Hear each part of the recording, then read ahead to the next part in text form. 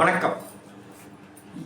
எப்போதுமே எந்த ஒரு தகவலை உங்களோட பரிமாறுறதா இருந்தாலும் எனக்கு ஒரு சந்தோஷத்தோட தான் நான் பகிர்ந்துக்குவேன். அதுலேயும் குறிப்பாக பாக்யராஜ் சாரை பற்றி பகிர்ந்துக்கணும் அப்படின்னாக்க இன்னும் நான் குதூகலம் ஆகிடுவேன். ஏன்னா ஒரு ஏகலைவன் போல பாக்யராஜ் சாரை தள்ளி நின்று பார்த்து ரசித்தவன் நான், கொண்டாடிட்டு இருக்கிறவன் நான்.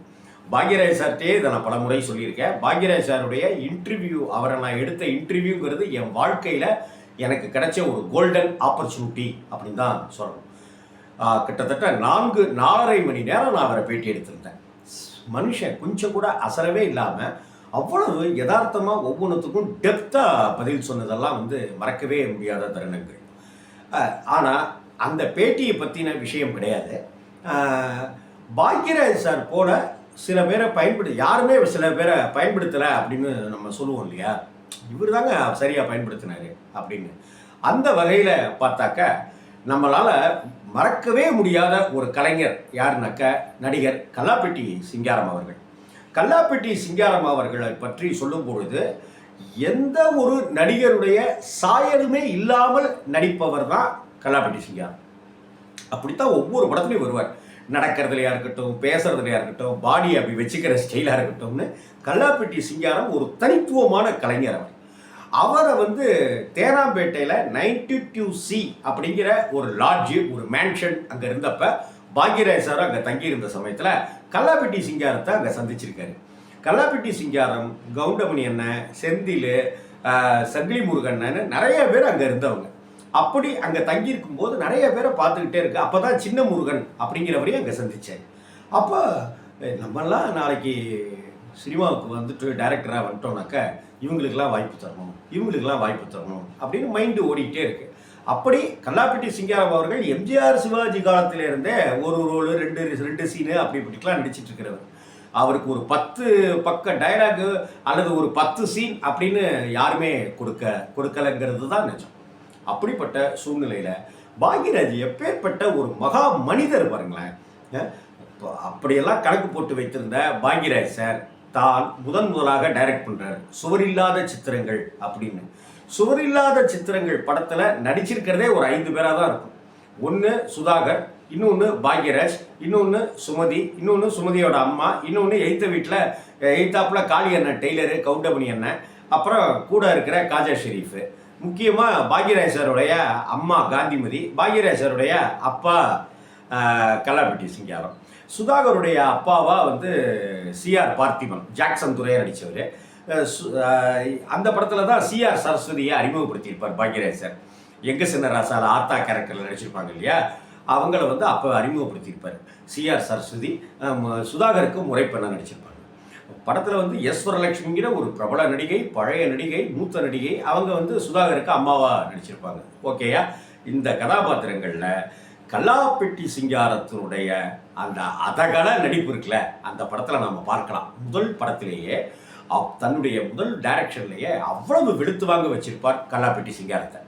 அவர் ஒவ்வொரு சீன்லேயும் அவர் பாயிண்ட் கொடுக்குற விதமாக இருக்கட்டும், கையை பிடிச்சி இழுத்தா வராதவன் கண்ணடிச்சா மட்டும் வந்துடவா போகிறா, கண்ணடிச்சா மட்டும் வராதவன் கையை பிடிச்சி இழுத்தா மட்டும் வந்துடவா போகிறா, அப்படியாக்கு இப்படியாக்குன்னு அவர் வர்ற சீனெல்லாம் ஒரு டைலாக்காக இருக்கும். ஒரு ட்ரௌசரு, ஒரு சட்டை, மேலே ஒரு காவி துண்டு, சிவப்பு கலரில் ஒரு துண்டை போட்டுக்கிட்டு அவர் பண்ணுற சேட்டைகள், பையன்கிட்ட டே பீடி குடுறா ஒன்று, நீ மட்டும் சிகரெட் குடிக்கிற அப்படின்னு கேட்குறதா இருக்கட்டும், நான் நைட் ஷோ போவேன் படத்துக்கு, உங்கள் அம்மாட்ட போட்டு கொடுத்துடக்கூடாது அப்படின்னு சொல்கிறதா இருக்கட்டும், நாடக நடிகையினுடைய அம்மாவை கரெக்ட் பண்ணுற அந்த காட்சியாக இருக்கட்டும்னு படம் நெடுக்க கல்லாப்பெட்டி சிங்காரம் தூள் கிளப்பியிருப்பார்.